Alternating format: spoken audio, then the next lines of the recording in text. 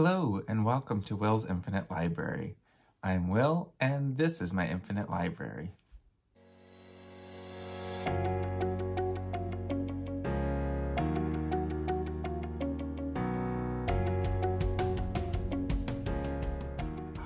Today I'm recording this on January 2nd, 2023, and I wanted to just catch you up on some of the things that I read towards the end of 2022. I was in a bit of a reading slump, so I wasn't reading as much, wasn't recording videos as regularly, and just kind of dropped the ball. So it's time to catch up so I can get on track for 2023. And with that, I want to tell you about 3 of the last books that I read in 2022. Like I said, I was in a bit of a slump and trying to read some different things, and I kind of skimmed through a lot of things and bounced off a lot of books.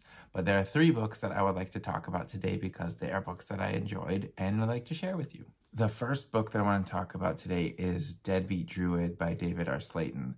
I had to look back through my recent videos to see if I'd already talked about it, because I can't believe that I hadn't, because Deadbeat Druid is part of the Adam Binder series, which is a series of books that I've been really into lately and I've talked about a lot on this channel. It came out in October of 2022. I think I read it in November. It took me a bit to get to it just because there was a lot going on at the time, a lot of other things I was reading. But it was one of my most anticipated books of the year because I really love this series. I'll link back to previous videos where I talked about the series here because I do really love it. It kind of got me back into reading fantasy, really. I read fantasy a lot when I was a kid and even a teenager, and then just kind of dropped off it because I didn't really see myself in that world. But this series brings a lot of great diverse and queer characters to the forefront in urban fantasy and made me really connect with it in a way that I hadn't in such a long time. So I love this series a lot. Deadbeat Druid came out this year. It's the 3rd and final book in the Adam Binder series. There are some spin-offs in the works, I believe, so we will return to this world, but this core kind of story that kicked it all off wraps up with Deadbeat Druid. And this book does see things escalate, kind of an odyssey into the underworld. This book really follows that journey there, and a lot of exciting things happen and come to a head in this book. So it was a great finale to the series that I loved. And one thing I wanted to add is that each book in this series had this moment or this technique or something happened that I just super loved but was frustrated by, because it's always something integral to the book that I can't talk about because it's a huge spoiler. So the first book had a plot point that happens towards the end that was just so intense and amazing, and I can't tell you about it unless you read the first book. And then the second book, kind of the structure of it and following a new character into the magical world and letting us learn about it in a new way and kind of rediscover the magic, literally. I loved that so much. And then in the 3rd book, something comes up towards the end again that it just ties the whole story together, and it made so much sense in wrapping up Adam's journey and wrapping up the story itself. I didn't see it coming at all, but it made perfect sense. And so it really hit me hard, and I thought it was so cool and so well done. And then even later, towards the end, there's a kind of a world building thing that comes up that I thought was super interesting and super cool. And I definitely cannot tell you about it at all. So if you've read these books and can talk to me about it, please leave a comment below and we will catch up. But yeah, the Adam Binder series and Deadbeat Druid is the final book. Really great if you like urban fantasy at all, or if, like me, it's something that you think sounds cool but you haven't been into in a long time. This series is a great way to dive right into the whole genre, I think. The next book that I read late in 2022 was My Government Means to Kill Me by Rashid Newson. This was another book that had been on my radar for a while. I think it came out not too long ago in 2022 and was out at high on my list. I want to read this. I just didn't get to it because I was reading a bunch of sci-fi and stuff, but I was I really want to read another kind of, and it's not really contemporary because it takes place, it's a historical setting, but a real world book and I hadn't read a book like that in a while, so I was like, yes, now is the time, let's dive in. Okay, so this book follows a young Black gay man as he grows up in Indianapolis and then moves to New York City at the beginning of the novel, and it really kind of follows his journey through, this is in the 1980s, it follows his journey through 1980s New York, where there's all of this, like, kind of a revolution in terms of all kinds of things coming to a head. Like, there is a lot of racial tension, a lot of gay rights activists that he meets, and just different kinds of, he gets involved in a lot of different things, and it's really exciting. And it follows his journey, like arriving there and trying to find a place for himself in the city and in the world. And he meets a lot of like historical figures, and there's a lot of footnotes that explain kind of who these people are and why they're important. They're not just someone this random kid bumped into. They are like people who changed our world.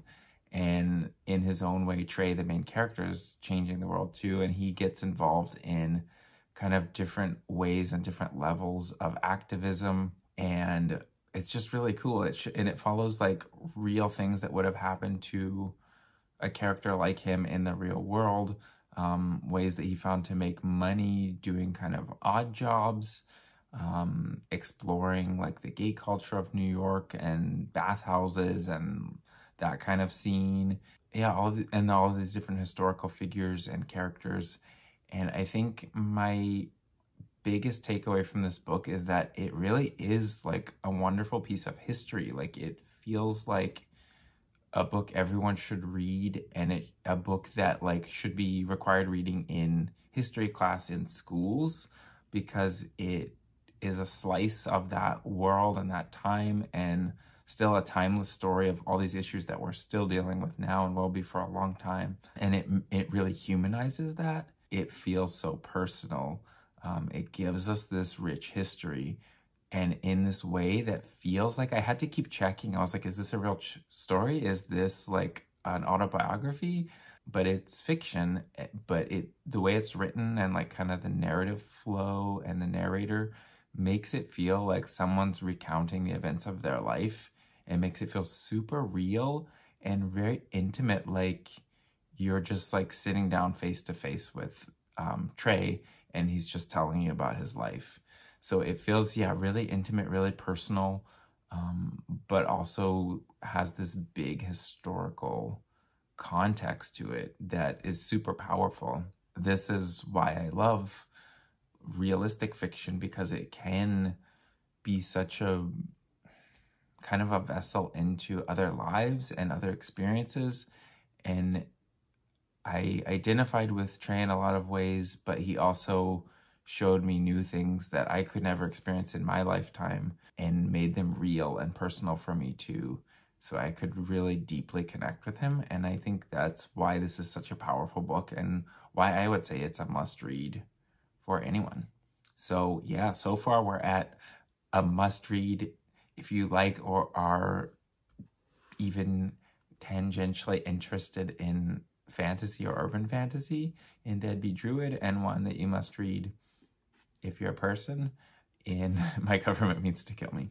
Highly recommend both books. And then we will jump to the next one. Like I said, I've been kind of on a sci-fi run lately.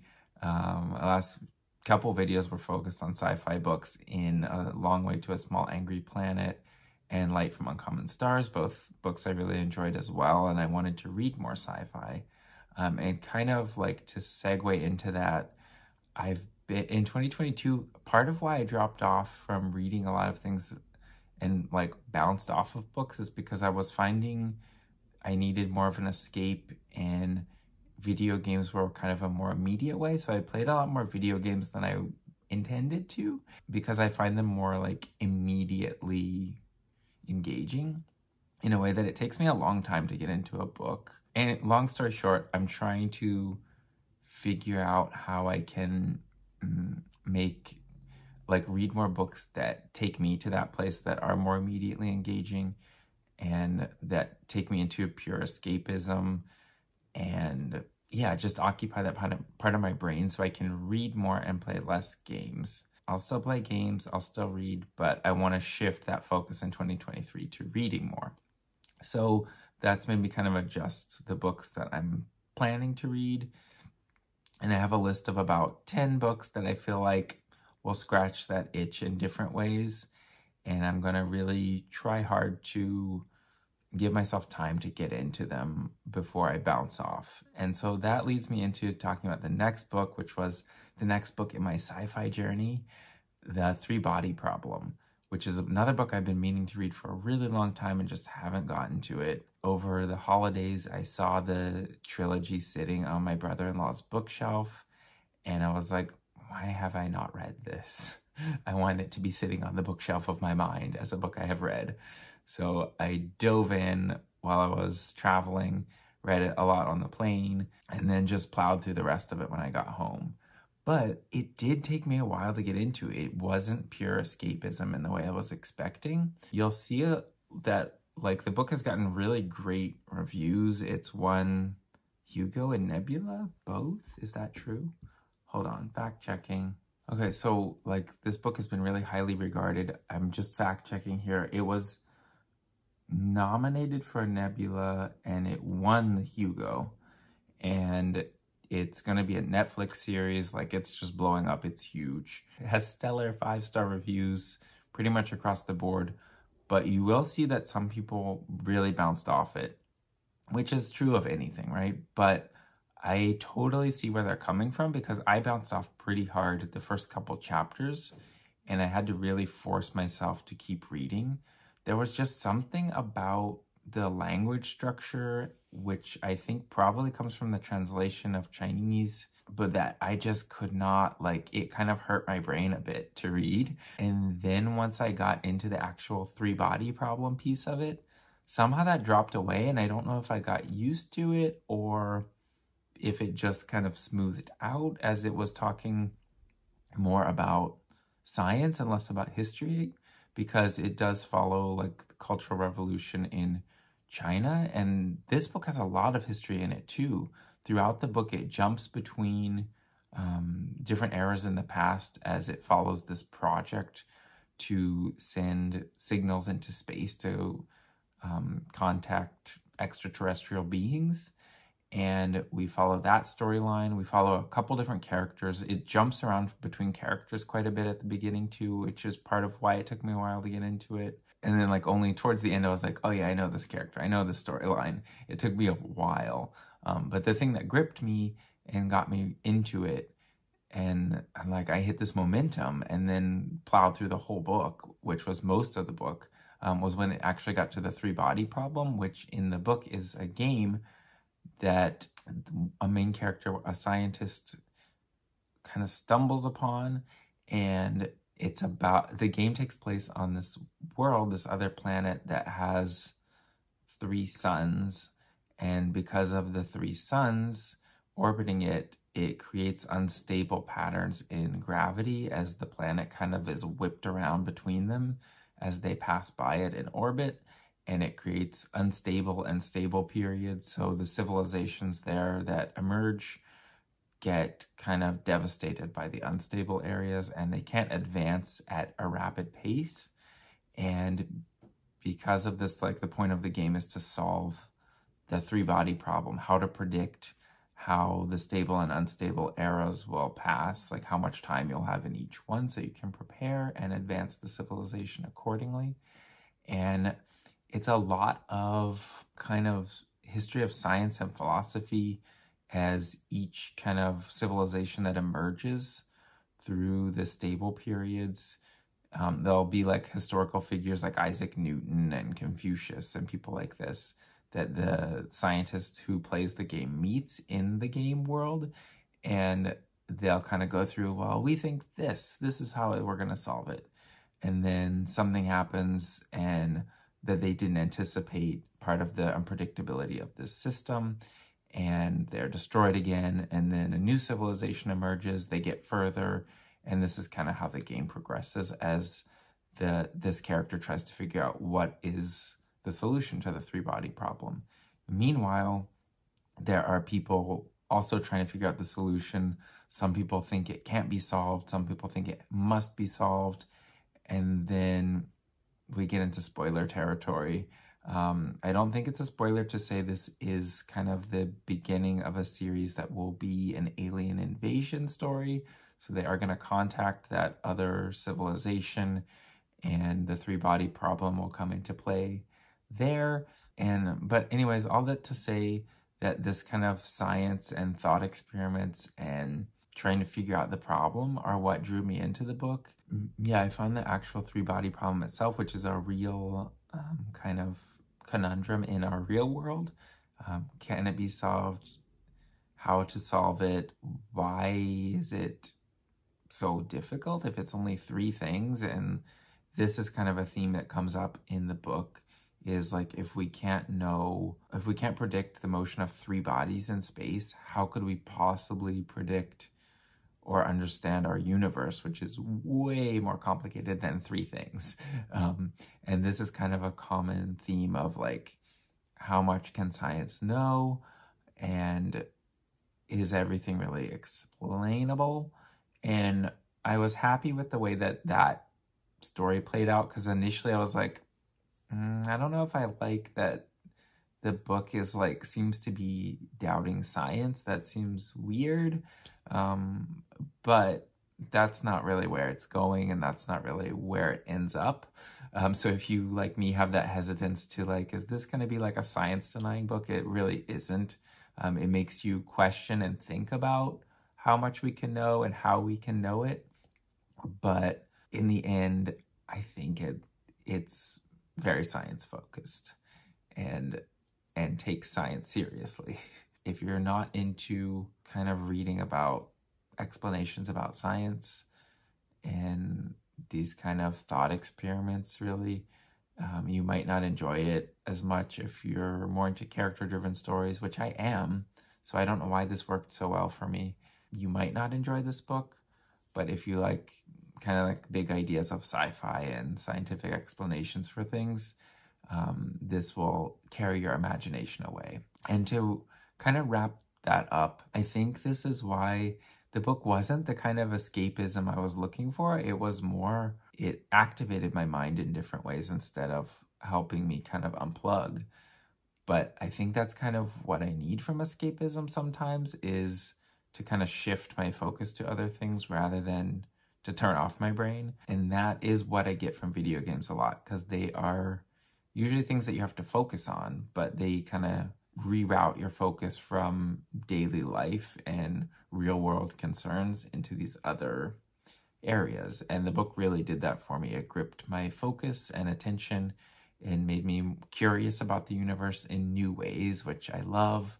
So maybe this is a new kind of entertainment and video game replacement form of entertainment that I need to explore more. I think sci-fi is something that I've always been interested in, but like kind of off and on. And it might be an on period for me right now. I need to keep following where this leads. So yeah, I will keep reading some more sci-fi books. I will keep reading the Three-Body Problem series. And it is pretty hard sci-fi. So like a lot of the meat of the book is kind of like explaining scientifically how these things happen. There's another part where they're unpacking a photon and into different dimensions. So it becomes like massive, like bigger than a planet. And it's just kind of mind-boggling and super interesting. And I loved those pieces of it. And yeah, it went on for like pages and pages with that kind of description. So if you're not into hard sci-fi, you're probably going to bounce off of that. I'm not all the time, but in this book, it really worked for me because it was really interesting. But yeah, those are the pieces that gripped me. It was harder to connect to the characters and to the actual plot until later on, until I become kind of oriented in it. But it kept me reading because of those interesting kind of scientific ideas, more than the plot, more than the writing style or any of the normal things that would grip me about a book. So that was really interesting. And like I've talked about in the past, I rarely get into like a series. I'll often read the first book to see what it's about, because I want to know. I've got that FOMO, and I just want to see like the world and what it's about. And then that's usually enough for me. But like the Adam Binder series, that pulled me in, and that's one of the only series in recent memory that I had to read the next book. I had to read the next book. I didn't even think about it. And the Three Body Problem, even though I had a rocky start with it, it took me a while to get into it, I devoured it by the end and really enjoyed it. And I've heard that it gets better and better too. So I'm really excited to continue reading that. And that's another no-brainer that I'm going to continue reading the second and third books in that series. I think I'll take a little break from it. I just received Tomorrow and Tomorrow and Tomorrow from Book of the Month, which you may have seen in my last video. So I'm really excited to read that. I think it will be kind of a good way, again, to read about video games rather than play as many of them, since they are such a time suck, and to kind of reset how I use my free time in that way. And then I think that will be a really good palate cleanser to prepare me then to probably next dive into the next book in the Three Body Problem series, which is The Dark Forest, after Tomorrow and Tomorrow and Tomorrow. So that's what I read towards the end of 2022. I actually finished the Three Body Problem on January 1st, so it bled into 2023 a bit, and will continue to do so as I read the rest of the series. But that's a wrap for me for 2022. Let me know if you've read any of these books or what you read in 2022, what you enjoyed, especially if you read the Adam Binder series, and we can talk about that. Let me know, because I want to say things. It was exciting, and I can't say things here. So yeah, let me know. As always, if you enjoyed this video, feel free to like and subscribe, and let me know what you'd like to see more of. If you have any reading recommendations for me that you'd like to see me talk about here, let me know. And with that, let's get on to 2023. Let's get reading. Thanks so much for watching, and I'll see you next time.